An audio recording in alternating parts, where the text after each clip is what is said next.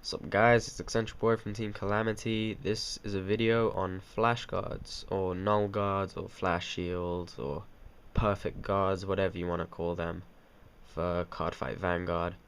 Basically just kind of a tutorial video on these cards, why you need them, and just how to play with them basically, because I see a lot of people misplaying with them, or people just not giving them as much credit as they deserve. Really, these cards are amazing, so I just thought that I'd shed some of my knowledge on that. They're all grade 1s with 6k. For those of you that don't know, the effect is choose a guy of the same clan from your hand and discard it, and when a guy of the same clan is being attacked, you can pay the cost, and if you do, then the attacked guy cannot be hit. So, you know, even if they get double crit and whatever else they can get to stack attack, the attack is not gonna go through.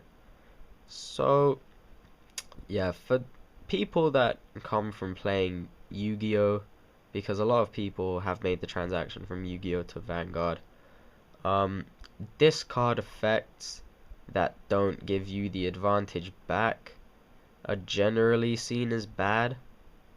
I don't know, for example, Raigeki Break or Phoenix Wing Wind Blast in Yu-Gi-Oh! They're -1s, so even though they have practical effects, they're regarded as being bad, but that's a completely different game. So if you're a Yu-Gi-Oh! Player and you're seeing this and thinking, oh, it isn't that good because it's a -1, then you're thinking about it wrong, because card advantage is just as important as Vanguard as it is in Yu-Gi-Oh, don't get me wrong, but damage is a lot more intricately linked with card advantage in Vanguard than it is in Yu-Gi-Oh. So this is basically just a 2-card investment that will protect you from anything. So the best you could get otherwise for 2 cards is 2 10k shields, which is 20k, and that's the best you can do besides flash guards. Flash guards is just completely nullifying the attack. Now, I see a lot of people running 3 and then saying because you don't need 4. I genuinely think that you need 4 in most decks.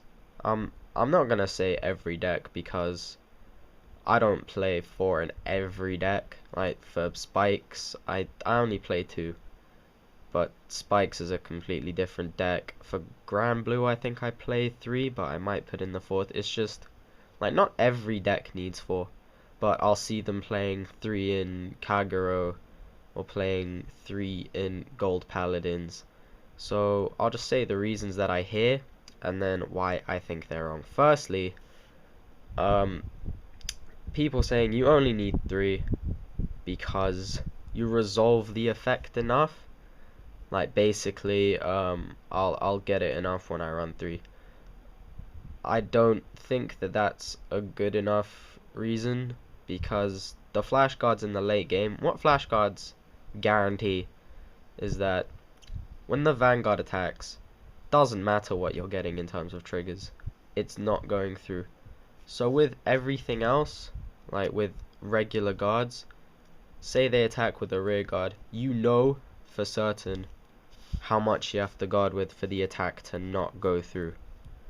With a Vanguard attack, there's the potential for triggers, so it's like minimum to maximum. So what the flash guards eliminate is any of that luck aspect. Now, late game, even like middle game, both players will be on 4 damage very quickly in, and when that point happens, you don't want to have to be saying, oh well, I'll guard for 15, so 2 triggers, or I'll guard for 10, so 1 trigger. You will want those flash guards in your hand. It's not the case of you need 1 per game. Because if it was, then yeah, running 3 would be completely fine. But by the time you're on 4 damage, you will want to have not just one flash guard in your hand, but 2 or maybe even 3, just to make sure that for the next couple of turns you are completely safe. So yeah, with 3, you will be seeing the 1 copy, but you won't be seeing multiple copies unless you're an absolute sack. And the thing about running 3 is that, say it's early game and I get attacked, I'm like, damage trigger, check. Yeah, it's my flash card. That means that I only have 2 left in my deck, in what, like a 40 card deck. So I have a 1 in 20 chance of getting one of them. That's just, it's not really good enough. And yeah, in decks like Kagero it is searchable, but at the same time, why not just run more? You can draw into it. Like at worst, you ride it for the grade 1. At worst, and at worst you can boost with it. It's just, I don't think that saying running 3 because you can draw into it is a good enough reason at all. Then there are some people who say that it isn't needed in TCG.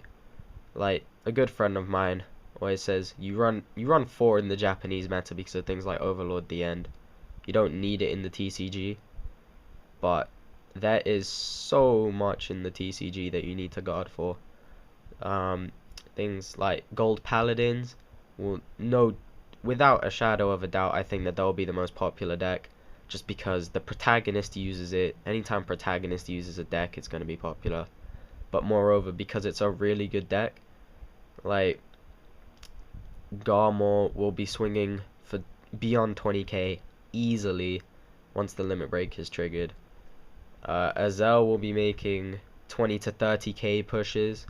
Let's say that Garmor is swinging for, I don't know, 22 or something like that. Let's just say it has a modest 7k booster, right? And I guard with these two 10k shields, which is the best I could muster with 2 cards outside of a flash guard, right? That is still saying 2 triggers to hit. So yeah, if they get 2 triggers, alright, kudos to them. They're amazing at this game. But why wouldn't you just run more flash guards so you could flash guard that attack? It just doesn't make any sense. You should use things like these on guys whose attack values you know for certain. So just the rear guards basically, and the flash on the Vanguard. Other things, Spike Brothers, they have Mecha Trainer, so they will consistently search Wonder Boy, so they will pretty much always have Dudley boosted by Wonder Boy. That'll be swinging for 21. Kagero with Lawkeeper, they have Connor, so they can search as well. They will have Lawkeeper boosted by Bar. That'll be swinging for 21. Even things like Grand Blue, I mean, Cocytus boosted by anything will be swinging beyond that 20k. So there's just so much going beyond the case of you can guard for 15 and it will be fine. So you just really need those flash guards just to stop the heavy hitters in the TCG meta, because with all the limit break abilities, damn, there are a lot of high numbers going around, and you won't be able to just guard with nothing. You will have to use your flashes in order to stay alive. I think that those are the 2 biggest points as to why people don't max out flash shields. Again, like, you don't have to max them. I'm not saying, oh yeah, you have to run 4 in every deck. Obviously that isn't practical. Obviously it just depends on the meta. Like if everyone around your area is playing, I don't know, Tachikaze, then of course you won't need to max flash shields. But you will be going into an event like a qualifiers or something, you will need the flash shields because you will just get pooed on otherwise. Now just a bit of playing with flash cards. you should generally hold on to them. I see a lot of people using them in the early game. Say I'm on 2 damage, right? I saw a guy do this the other day. 2 damage. The guy rode into grade 3, attacked with the Vanguard, and he was like, Flash God, Kanzengado. And I was like, why? You're on 2 damage. You can't just let that through. Even if he double crits, you're still not gonna die. Like, it just doesn't make any sense. You should wait until you're on pretty much 4 damage before you start using your flash guards. You should actually try and have as many as possible and just sit on them, especially against decks like Gold Paladins with Azel. Like, if they swing with Azel and they haven't done the limit break power up stuff, then it'll be fine to guard with other stuff. Like, if they attack with Azel boosted by the same 7k that was boosting Garmor in my other hypothesis, right, this will just be like, okay, that's not going through. Even it's the same card investment, but the difference is that when they do start using all the Azel hyper power stuff, this won't be able to stop that, and this will. So you should try and keep them until when you absolutely have to use them, which will generally be in the late game. Also, you can use it like a regular card. You don't have to keep them in your hand the whole time, and this goes more for decks like Spike Brothers, because you could easily run 4 Marilyn in Spike Brothers, but that's not saying that you're gonna use them purely as perfect guards, because in Spike Brothers particularly, 6k boosts, it doesn't affect the maths that much. Like, if I'm attacking with Juggernaut Maximum, I boost it with Marilyn. Like, it wouldn't make any difference if I was boosting with at 7k or an 8k. So there's no harm in just using it as a booster. If you have to ride it as the grade 1, then ride it as the grade 1. There's no problem with that. And honestly, it just depends on the deck as to whether you run more copies of it. But definitely, the things to look out for are if you have a 10k Vanguard, i.e. Royal Paladins and Gold Paladins, then you should be running more, just because you will be susceptible to limit break abilities. Because, let's say Garmor boosted by Tron attacks my Vanguard for 25k. If I have a 10k Vanguard, then that means that I'll have to use 5k more shield than if I have an 11k Vanguard to stop the attack. So 11k Vanguards are generally more defensive, which generally means that you won't have to run as many flash cards. Like, if you're playing Overlord the End, you can probably just go with 3 Bari. Like, there's no harm in that, just because Overlord the End is such a good defensive card as well as an offensive threat. It's the most broken thing. And decks like Oracle Think Tank as well. Just, you have so many cards in your hand. Why would you not max the flash guard? Like, you just need to. But, you know, this, you don't need to max it in this, because practically doesn't make any sense. I know that I've been rambling on a bit, but I just hope that you understand now how important flash guards are, and don't go using them on like the second turn of the game or something like that. And don't say, oh, I'm only running 3 because I get into it enough, or I'm only running 3 because Overlord the End isn't out yet. Say, I'm running 3 because I'm playing Spike Brothers and I don't need to run more than 3 because it's a rush deck. Or say, I'm running 3 because, I don't know, my locals is only set 1 stuff or something. You know, just make sure if you're gonna run less flash guards, you're doing it for the right reasons.